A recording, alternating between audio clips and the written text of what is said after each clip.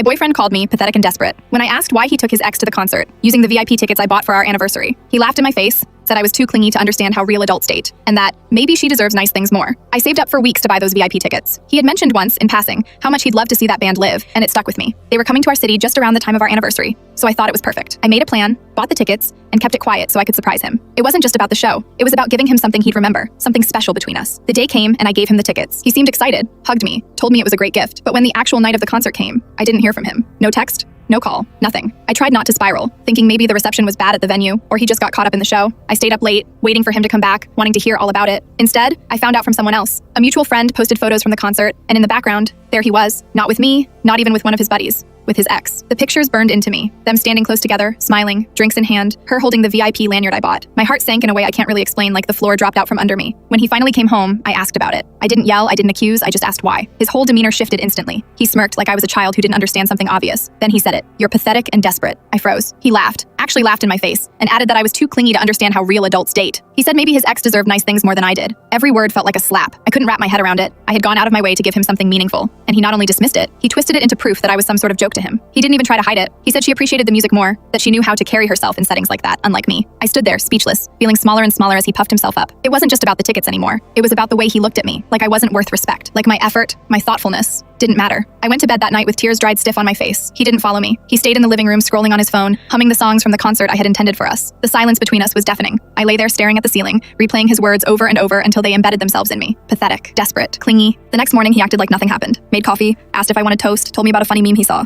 like the night before had been erased. But I couldn't shake it. I couldn't unsee the photo of him and his ex standing where I should have been. I couldn't unhear the contempt in his voice when he told me she deserved the gift I bought. I kept my distance, but he noticed and mocked me for it. Said I was sulking, said I couldn't handle being in a grown-up relationship. Every time I opened my mouth to defend myself, the words caught in my throat. I felt hollowed out, like nothing I said would matter anyway. Days passed, and the weight of it all just sat in me. The concert tickets had been more than paper and plastic. They were supposed to be a symbol of love, of celebration, of building memories together. Instead, they became a weapon he used to belittle me. I started remembering other little moments, things I had brushed off before. The way he would roll his eyes when I suggested spending a weekend together. The way he would compare me, subtly at first, to his ex, her job, her style, her friends. The way he always made me feel like I was one step behind, never quite enough. That night was just the mask slipping completely. No pretense, no charm, just the raw truth of how he saw me. I thought about the girl smiling next to him in that photo. Maybe she did deserve nice things, but so did I. And I realized, lying awake with my chest tight and my mind racing, that I wasn't going to get them here. I never asked him again about the tickets. There was nothing left to say. The answers were already written in the way he laughed at me, in the way he dismissed me, in the way he chose her presence over mine, with something that came from my heart. I packed a bag and left a few weeks later. He didn't stop me. He didn't even seem surprised. He just shrugged, like I was taking a weight off his shoulders. I carried those tickets out with me, crumpled in the bottom of a drawer, a reminder of how blind I had been. They weren't just for a show. They became the moment I finally saw him for who he really was.